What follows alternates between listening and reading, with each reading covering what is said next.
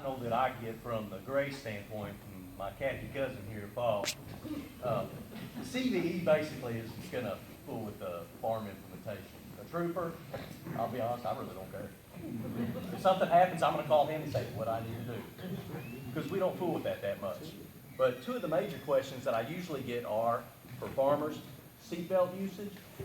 So I printed off the law just to let everybody know. If you ever want to Google it, it's Kentucky Revised Statute 189.125. And what it says requirements of use of seatbelts, child restraint system, booster seats, and also their exceptions. So here's the kicker, the exception.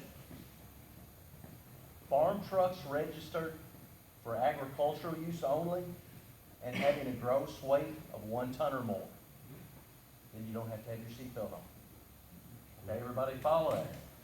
Because it's not considered a motor vehicle. It says farm trucks registered for agricultural use only, having a gross weight of 1 ton or more. But then, when you read later in the law, there comes that gray area. That's when Clint comes in. Folks, the simplest way to avoid it is buckle up. Okay? That way you don't have to worry about it. We do not live in a perfect world. Just because you wear your seatbelt, that doesn't mean something bad could not happen. People, they say, hey, what about if my car catches on fire and I can't get my seatbelt off and I burn up? I said, well, then I guess you're dead. What about if I'm driving along and I lose control and splash, I go into a pond, and I drown, I can't get my seatbelt off? Well, yeah, that could happen too. Now, I've been on the state police 22 years, in April it'll be 23. I've yet to have that happen of something that I've investigated. Could it? Yes. More than likely, the seatbelt's going to help you more than hurt you. But the law is there, 189.125. You can look at it 3 or 4 times, and maybe you can understand it better than I can. And if not, we've got Clint here to explain it, thank goodness. The other thing I always get is four-wheelers. I can drive a four-wheeler up and down the road as much as I want. No, not really. But I'm pretty easygoing, especially in my older age now. You know, when I first started, it might be a little different. Actually, it really wasn't, because I grew up in Louisville, but I am a UK fan, so don't panic. The thing is, you know, four-wheeler, you know, we didn't have those up in Louisville. The Waterson Expressway is 8 lanes of traffic, 4 each direction. I never knew what a four-wheeler was until I went to college, went to Georgetown. That's where I graduated from, Georgetown, Kentucky. Went to a buddy's farm. He got me on a 3-wheeler, about killed myself.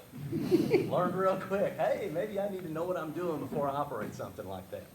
Well, basically, the law puts in here, they actually changed the law several years ago because the way the old law was written, legally you couldn't be on the road anytime on a four-wheeler. So they thought, hey, this isn't right. So what they did was change it. Why? So our farmers can legally get from one field to another or be on the road for that. And in 189.515, it tells you that, you know, farming or agriculture-related activities is okay. However, you can only go approximately 0.2 of a mile on the roadway. Also, you're supposed to have a working headlight and working taillights all times, not just at night, but day and night. Folks, four-wheelers, be sensible on them. Me, I've always been the kind, if I see somebody that's on one, and I'm usually speaking for younger folks, is, you know, I'll tell them, hey, get it off the road. That's not what it's designed for. Be careful. Older folks, they usually run. And then that's because they're suspended and they have meth on them and everything. So I'm assuming you all don't, and that's good. Now, my main thing is, please, just be safe. Perfect example, they sent me to a wreck one time, and it was comical. You know, I'm new to the area. Told you I grew up in Louisville. I live in God's country now, just outside of Greenville in Muhlenberg County. Quick story, my roommate in my fraternity was from Muhlenberg County, small world. He used to tell me about people from Muhlenberg County. I go, you're lying, people aren't really like that. No, they're good people.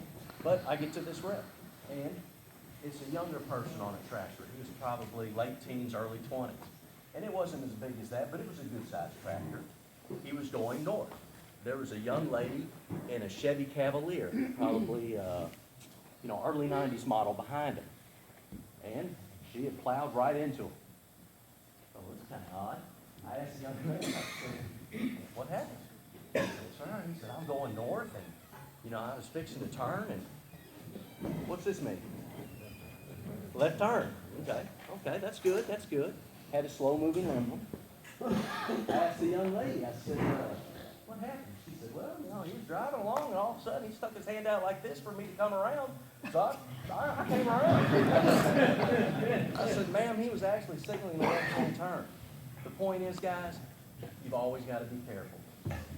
No matter how good a driver you are, remember who you share the road with. So please, always be cautious and always be careful.